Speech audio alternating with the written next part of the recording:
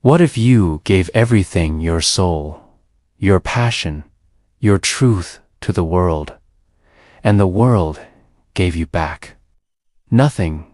Would you stop creating? Or would you keep painting, even if no one ever believed in you? This is the story of Vincent van Gogh, man who turned his loneliness into colors, his suffering into strokes of light, and whose legacy reminds us, sometimes the world is not ready for your gift until long after you're gone. Vincent was not born a prodigy. In fact, his early life was marked by failure. He struggled in school, in work, in relationships. For years, he wandered, searching for purpose, rejected by love, misunderstood by those around him. It wasn't until his late 20s that he picked up a brush and began to paint.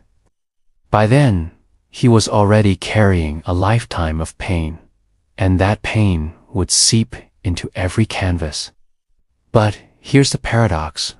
While the world saw him as a failure, Vincent saw beauty where no one else dared to look. Fields, skies, simple chairs, tired faces.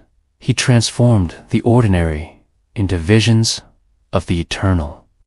Vincent lived with mental illness, depression, and unbearable loneliness. He often battled despair so dark that he wondered if life itself was worth it. And yet, he painted. He painted with urgency, like a man racing against time. Over 2,000 works in just a decade, brushstrokes swirling with emotion, colors screaming with life. His art wasn't polished perfection. It was raw honesty. He once wrote to his brother Theo, "I put my heart and my soul into my work, and I lost my mind in the process." He sold almost nothing in his lifetime. People mocked his style. Galleries rejected him.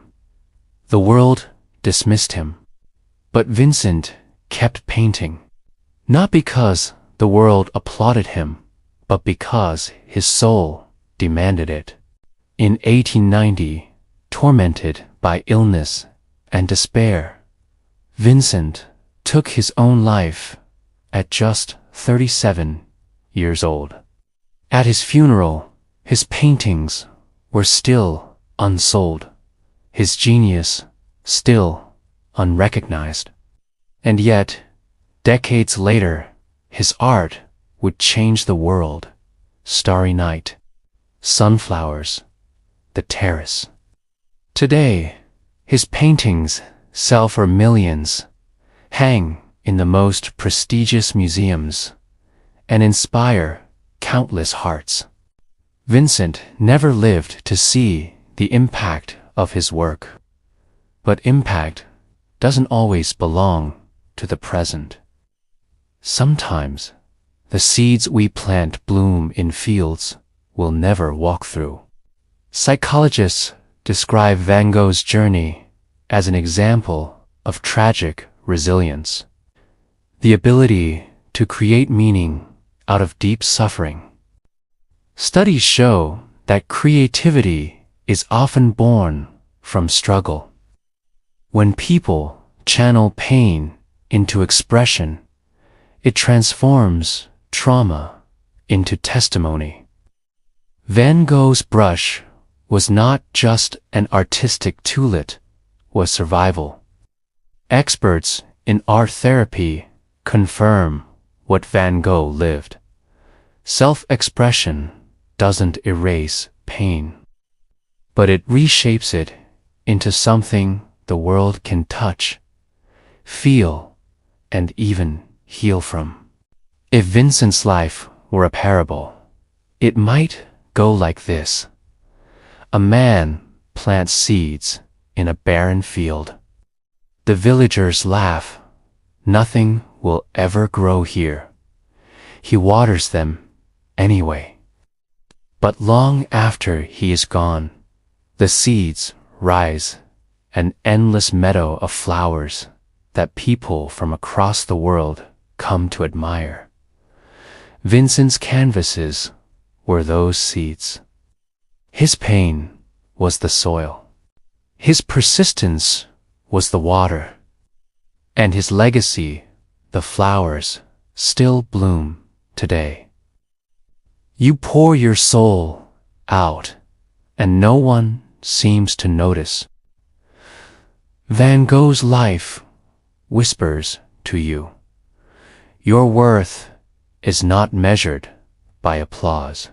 Your calling is not validated by recognition.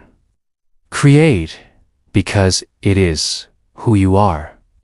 Live authentically, even if the world does not understand you yet. Because sometimes the world's silence is not rejection. It's delay. And what feels forgotten today may become immortal tomorrow.